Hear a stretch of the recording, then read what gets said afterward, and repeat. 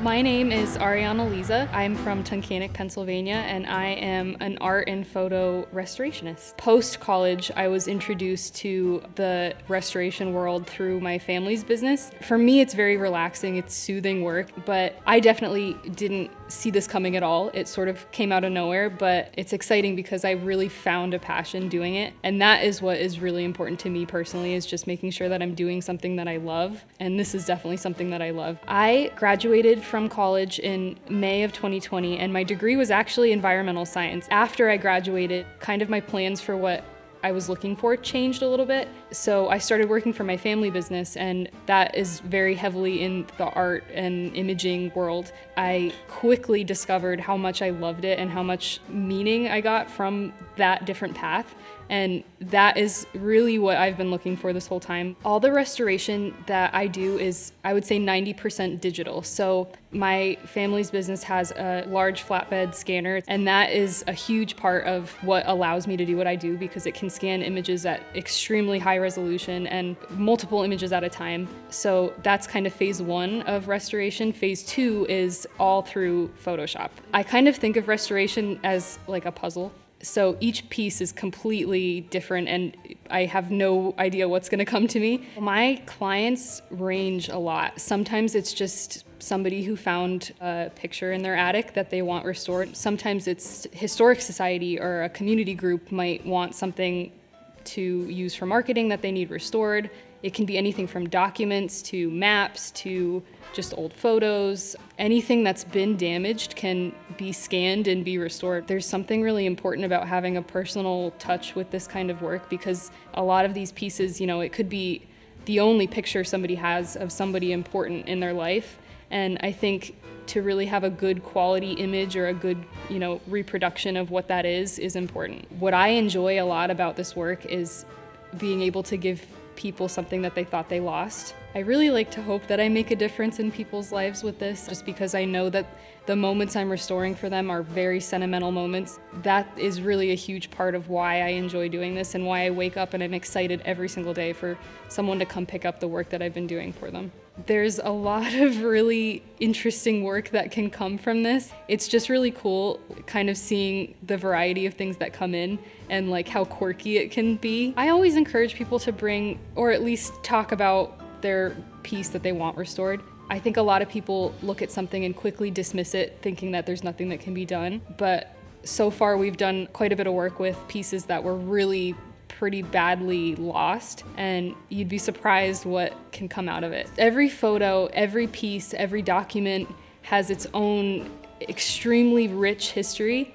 A huge part of what I hope to do as a small business and just as a resident of Tunkhannock is to promote our area and how beautiful not only the place physically is, but how beautiful the community is here. I cannot go without mentioning how important my family has been with encouraging me to pursue this path and helping me along the way. I mean, I couldn't do any of this without my family, especially my dad, who has been in this business for so long.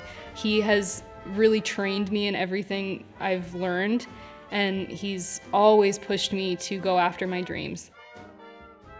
So I'm Bob Liza. People know Liza Studios mostly as a scanner guy. I could take an old photo, scan it, fix it, just like what we do now. I built probably a third of my business doing photo restoration work. Did it for probably, I would say 10, 12 years. I started to build a reputation of scanning artwork. I had to find a way to do it better and quicker to make money. So I found cruise scanning in Germany. After doing what I did for the last 15 years and I saw the quality of what was coming off the scanner, I thought to myself, I've got to have this thing. The key to her success is that she's able to understand that it's very important to have a device like this to scan originals so that you can get the most out of the original, even though it might be damaged or even though the tones might be faded. To be able to get a large file to work with as a basis for what we do turned out to be very important.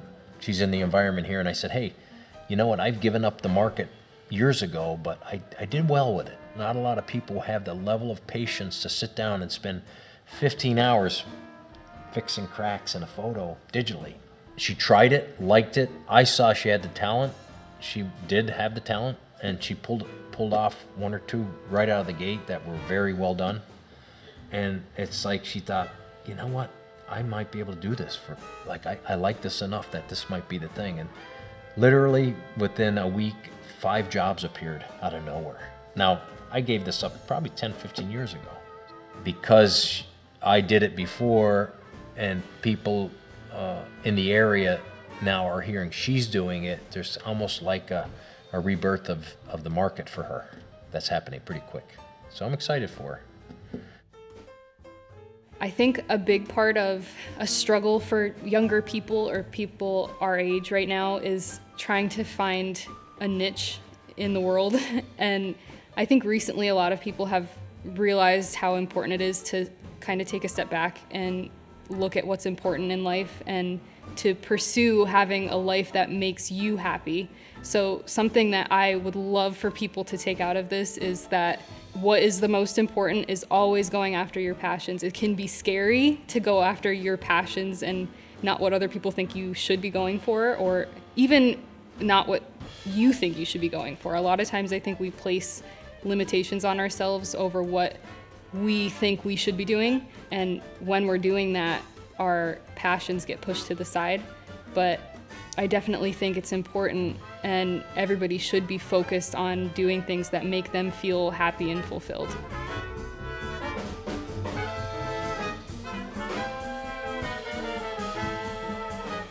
So, I love that question.